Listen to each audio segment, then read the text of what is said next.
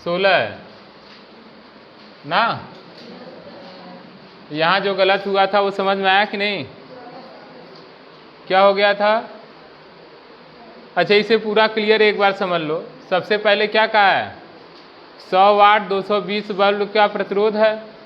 तो मैं क्या किया, सबसे पहले P बराबर V²/R से 100 वाट के बल्ब का प्रतिरोध निकाल लिया।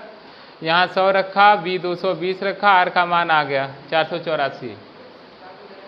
फिर क्या किया हूँ, 60 वाट 220 वोल्ट का बल्ब है, इसके लिए फिर से फार्मूला P बराबर V²/R लगाया, R का मान निकाला। R का मान कितना आया था? 806.66। फिर दोनों बल्ब किस में जुड़े हैं? समांतर क्रम में। तो उनका तुल्य प्रतिरोध निकाल लिया, R1 R2 बटे R1 प्लस R2C आया। फिर बोला इसे सॉल्व करो, आप अपनी वैल्यू निकालो। जो वैल्यू आएगा आप यहाँ पे R की जगह रखोगे, फिर ला करके 220 में भाग करोगे, I का मान आ जाएगा। कितना है I का मान? 0.7 एम्पियर। पूरा बोलो यार, बस 7 बोल रहा है। 0.72 एम्पियर क्यों नहीं बोलते हो? 2 क्यों छोड़ रहे हो? चलिए, ये आपका क्वेश्चन नंबर 15 था ना। अब क्वेश्चन नंबर क्या है? 16।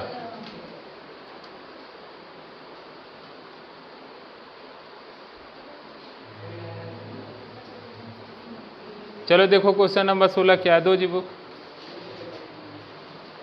दो जरा। क्वेश्चन नंबर 16 देखिए क्या है।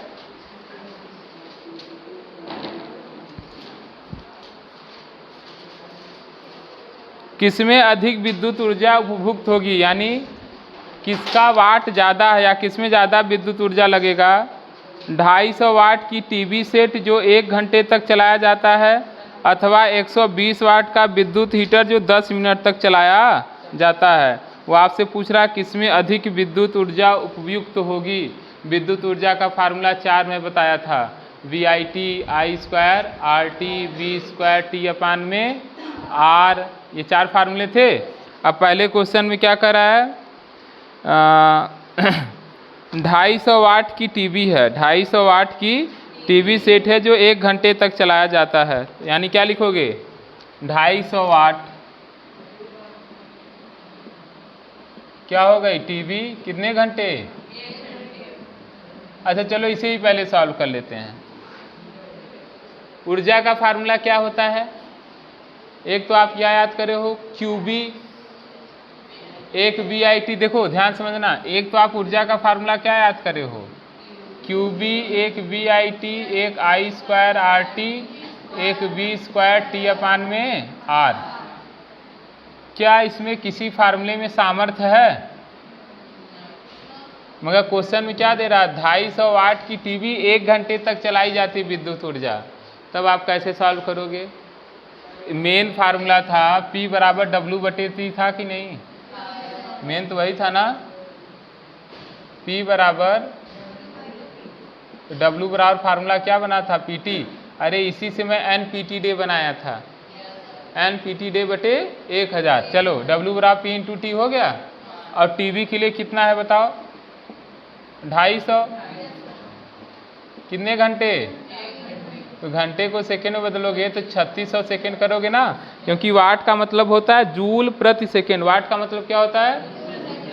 तो 250 जूल बटे सेकेंड इंटू कितना, सेकेंड से सेकेंड, अब मल्टीप्लाई कर लोगे, कितना जूल टीवी लेगा पता चल जाएगा। अब आपका काम है। फिर उसके बाद अगला एक और दिया है, अगला टीवी के बाद क्या कहा है, कितने वाट का है? 120 वाट का विद्युत हीटर, कितने मिनट? 10 मिनट। तो क्या लिखोगे, W बराबर PT, यहाँ चलो हीटर लिख दो, क्या लिख दो, हीटर। तो 120 ही वाट का है, कितने घंटे? 10 मिनट। हीटर कम लेगा जी, ये वाट की जगह जूल बटे सेकेंड लिख दिया और मिनट को 60 से मल्टीप्लाई कर दिया, सेकेंड में बदल गया। बोलो आ रहा नहीं समझे, सेकेंड सेकेंड कैंसिल, ये क्या हो जाएगा 600, 12 छंग 72, 7200 जूल। यानी हीटर कितना ले रहा है 7200 जूल, जबकि टीवी कितना ले रहा है इतना। अभी मल्टीप्लाई करो, सबसे ज़्यादा टीवी कौन ले रहा है, सबसे ज़्यादा ऊर्जा कौन ले रहा है, टीवी। कौन ले रहा है, टीवी। मल्टीप्लाई करने 9 लाख आया है, इकाई, दहाई, सैकड़ा, हजार, 10,000, लाख। तो इतना करने वाले लिखोगे अतः टीवी ज़्यादा ऊर्जा उपयुक्त करती है। लिख लोगे ना, अतः टीवी ज़्यादा ऊर्जा उपभुक्त करती है। समझ में आया, कर लो, करिए जल्दी से इसको।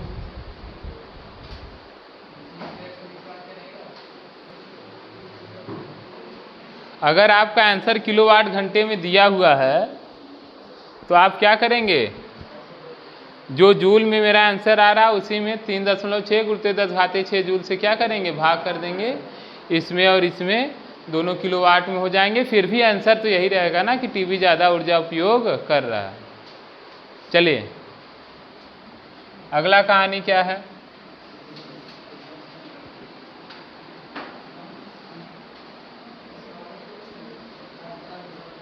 क्वेश्चन नंबर क्या है 17। बताइए क्वेश्चन नंबर 17 क्या है।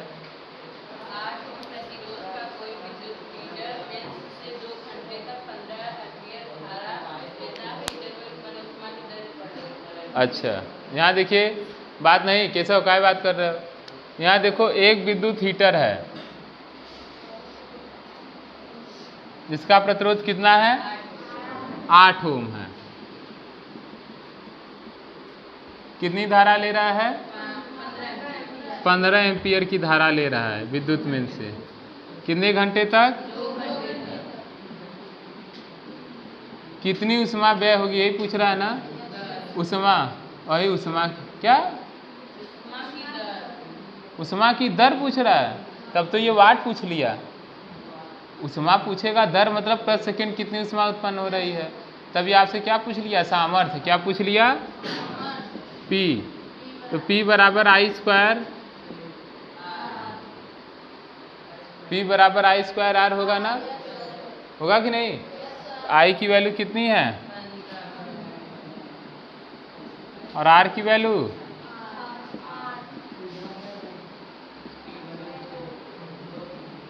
8 पंचे 40, 8 दूनी 16, 4 20, इतना जूल प्रति सेकेंड। यानी उष्मा व्यय की दर इतना जूल प्रति सेकेंड है। अगर कैलोरी में बदलना है तो 4.2 से क्या करो, भाग कर लो। तो क्या कहोगे 2200 बटे 4.2, तब क्या हो जाएगा कैलोरी प्रति सेकेंड। 2 से भाग करोगे 1100 बटे 2.1 ना, डेसिमल हटाओगे। अब इसी का भाग कर लो, इतना कैलोरी पर सेकेंड आंसर आ। क्योंकि उष्मा पूछा है तो आंसर किस में होगा, कैलोरी में ही होगा। बताया था ना, व्यय विद्युत ऊर्जा पूछेगा तो जूल में, उष्मा पूछेगा तो कैलोरी में जवाब देना चाहिए। आंसर नहीं आया,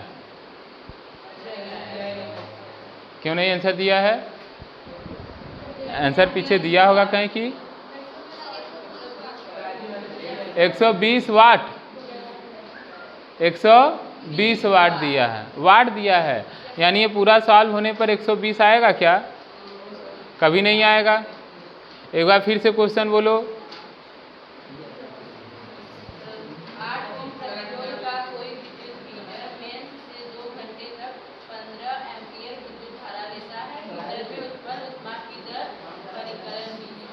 अब भाई P बराबर आई स्क्वायर आर होता है, P बराबर यही होगा ना, आई पता है आर पता है। 15 का स्क्वायर 225, 8 का मान 8 है, गुणा कर लिए। पूछ क्या रहा है, 2 घंटे में व्यय पूछ रहा है कि उष्मा की दर पूछ रहा है। देखो जरा, जब दर पूछेगा तो सामर्थ्य हो गया ना। अरे जवाब क्या दे रहा है, 120 वाट दे रहा है, यानी जूल पर सेकेंड। इसी में मल्टीप्लाई करने पर 120 आना चाहिए। कभी नहीं आएगा, देख लो। तुम लोग आंसर तो नहीं गलत दिख रहे हो। एनसीईआरटी में ऐसी गलती कैसे कर सकता है जी, बेवकूफ़ों वाला काम है? या क्वेश्चन नहीं सही पढ़ रहे हो? जो भी है रुक जाओ, हम देखें क्वेश्चन।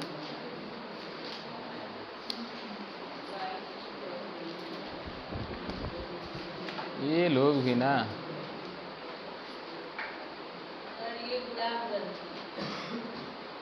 आज हम गुणाम क्यों इतना गलत कर रहे हैं?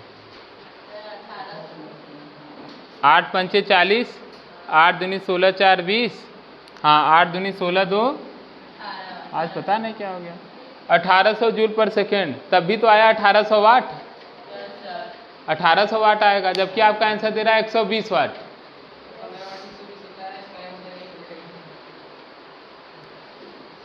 ये कौन सा बात है जी? करा 15 × 120 होता है, स्क्वायर मत करिए। कोई कहानी है ये? P बराबर आई आर है, तो फार्मूला का बैंड बजा दो आंसर लाने के लिए, कुछ भी करके आंसर आ जाए। कौन सा क्वेश्चन था? 8 ओम प्रतिरोध का कोई विद्युत हीटर विद्युत में से 2 घंटे तक 15 एम्पियर की धारा लेता है। हीटर में उत्पन्न ऊष्मा की दर, भाई ऊष्मा की दर पूछ रहा है, बिल्कुल वाट ही होगा। कर लो, यही आंसर सही है। चलो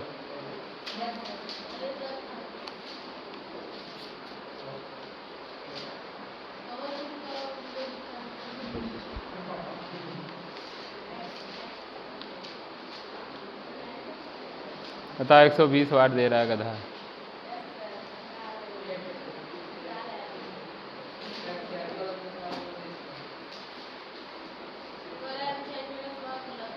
नहीं, एनसीईआरटी वाला सवाल नहीं गलत होता है, एक आध जगह चलो मिस्टेक हो गया है।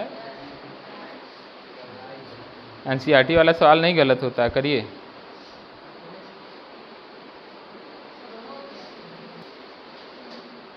तो पहला क्वेश्चन क्या है 18A का, कि आखिर ऐसा क्या रीजन है कि विद्युत बल्ब का जो फिलामेंट होता है वो टंगस्टन का क्यों बनाया जाता है। तो अभी मैं इसका रीजन क्या बताया कि टंगस्टन का गलनांक बहुत ज़्यादा होता है, लगभग 3600 से 3800 डिग्री सेंटीग्रेड होता है। इसलिए विद्युत धारा जब उस फिलामेंट टंगस्टन में से जाता है तो गर्म तो जरूर होता है वो, परंतु वो जल्दी पिघलता नहीं है। उसका प्रतिरोध ज़्यादा है, भाई प्रतिरोध ज़्यादा है तभी तो ज़्यादा गर्म होगा, और गर्म जब होता भी है परंतु पिघलता नहीं, क्योंकि इसका गलनांक ज़्यादा रहता है। इसीलिए अधिकतर बल्ब के फिलामेंट में किसका यूज़ किया जाता है? टंगस्टन का। दूसरा क्वेश्चन आपसे पूछा है कि आखिर ऐसा क्या रीजन है कि विद्युत इस्त्री या प्रेस में मिश्र धातुओं का उपयोग किया जाता है। इसका जवाब सेम यही है कि मिश्र धातुओं का भी गलनांक ज़्यादा रहता है और मिश्र धातुओं का संक्षारण बहुत धीमी गति से होता है, यानी जल्दी खराब नहीं होते हैं।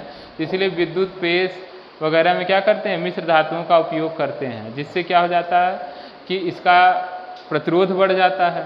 मिश्र धातु का प्रतिरोध बढ़ जाएगा तो विद्युत प्रेस और गर्म होगा, कपड़ा अच्छे से प्रेस होगा। दूसरी चीज़, इसमें जंग नहीं लगेगा तो इसका लाइफ मतलब वर्किंग जो समय है, कार्यकाल समय है, वो बढ़ जाएगा। और तीसरी चीज़ क्या है? हाँ अच्छा, तीसरा क्वेश्चन है कि आखिर ऐसा क्या रीजन है कि घरेलू विद्युत परिपथ में जो वायर का कनेक्शन होता है या सर्किट होता है वो श्रेणी क्रम में क्यों नहीं किया जाता? क्यों? क्योंकि श्रेणी क्रम में क्या रहता है बताओ? धारा समान होती है। श्रेणी क्रम में धारा समान होने का मतलब क्या हुआ कि मान लो अपने घर का मैं बल्ब, यहाँ मान लो ये टीवी हो गया, ये प्रेस हो गया, सबको श्रेणी क्रम में जोड़ दिया और धारा भेजा, तो क्या सबको एक जैसी धारा चाहिए? प्रेस को ज़्यादा धारा चाहिए, टीवी को कम धारा चाहिए, और श्रेणी क्रम में जोड़ोगे तो सबको एक ही धारा मिलेगा। तो ज़्यादा वाले को कम मिलेगा तब भी वो काम नहीं करेगा, कम वाले को ज़्यादा मिलेगा तो वो जल जाएगा। और दूसरी चीज़ कि सब में धारा एक समान रहती है, अगर कोई एक खराब हो गया तो आगे धारा नहीं जाएगा। इसीलिए घरेलू जो होता है वायरिंग वो श्रेणी क्रम में नहीं बल्कि किस क्रम में किया जाता है? समांतर क्रम में किया जाता है। चौथा क्वेश्चन, क्या निर्भरता होगा? ये तो सिंपल है, यहाँ लिखे भी हैं, अभी समझाए थे कि R बराबर रो L अपान में A क्या बताता है कि प्रतिरोध क्षेत्रफल के व्युत्क्रमानुपाती, क्षेत्रफल ज़्यादा तो प्रतिरोध कम, यानी जो तार जितने मोटे होते हैं उनका प्रतिरोध उतना कम होता है और जो तार जितने पतले होते हैं उनका प्रतिरोध उतना ज़्यादा होता है। यानी प्रतिरोध और क्षेत्रफल में उल्टा संबंध है, क्षेत्रफल ज़्यादा तो प्रतिरोध कम, और अगर क्षेत्रफल कम है तो प्रतिरोध ज़्यादा हो जाएगा। यानी पतले तार का प्रतिरोध ज़्यादा होता है और मोटे तार का प्रतिरोध कम। यानी कापर का एक ठो पतला तार लें और एक ठो मोटा तार लें तो मोटे तार का प्रतिरोध कम रहेगा। इसलिए AC वगैरह से 4 mm का तार पड़ता है, क्योंकि 4 mm मोटा रहेगा तब इसका प्रतिरोध कम रहेगा। क्यों? क्योंकि AC को ज़्यादा धारा चाहिए, ज़्यादा धारा चलने के लिए अगर चाहिए और तार का प्रतिरोध ज़्यादा रहेगा तार ही पिघल जाएगा, तो इसका प्रतिरोध कम करने के लिए तार को मोटा बना देते हैं ताकि उसका प्रतिरोध कम रहे। अब समझा? चौथा हो गया ना, तीसरा हुआ। चौथा क्या है? पांचवा क्या है? हो गया। ये भी बताया कि कॉपर और एल्युमिनियम का उपयोग क्यों किया जाता है अधिकतर, कॉपर का तार एल्युमिनियम का तार। क्यों? क्योंकि पहली बात तो ये आसानी से उपलब्ध है, दूसरी चीज़ कि इनकी चालकता बहुत अच्छी होती है। सबसे ज़्यादा तो चांदी और सोने की होती है, मगर चांदी और सोने का तार अगर बना दिया जाएगा तो बचेगा क्या? सब लोग एक ही काम करेंगे, आरी लेकर के रात में निकलेंगे, तार काट काट कर रखेंगे, क्योंकि इतनी महंगी धातुएँ हैं। चालकता अच्छा है मगर ये महंगे हैं, जबकि कॉपर और एल्युमिनियम की चालकता भी क्या है? सही है, और ये उनकी तुलना में सस्ते भी हैं, आसानी से उपलब्ध भी हैं, और सबसे बड़ी चीज़ कि इनमें जंग जल्दी नहीं लगता है। और अगर लग जाएगा तो इनका जो जंग लगता है संक्षारण वो स्थायी होता है। क्या होता है? अगर लग गया तो इसके ऊपर एक तार के ऊपर अगर लग गया तो एक लेयर बना लेगा और वो छोड़ेगा नहीं जब तक आप स्वयं नहीं घिस के छुड़ाओगे। जबकि लोहे वगैरह के ऊपर जब बन जाता है ना तो धीरे धीरे खुद ही छोड़ नहीं देता मूर्छा। अब मोड़ छोड़ देगा तो फिर संपर्क आएगा, धीरे धीरे पूरा लोहा समाप्त हो जाएगा। जबकि एल्युमिनियम और कॉपर में जो लगने वाला जंग होता है वो स्थायी होता है, एक लेयर बना लेता है, जल्दी छोड़ेगा नहीं, अंदर जैसे है जो वैसे ही बचा रहेगा। इसलिए कॉपर और एल्युमिनियम का उपयोग किया जाता है। आपका चैप्टर जो आंकिक वाला था वो क्या हुआ? पूरा समाप्त हो गया।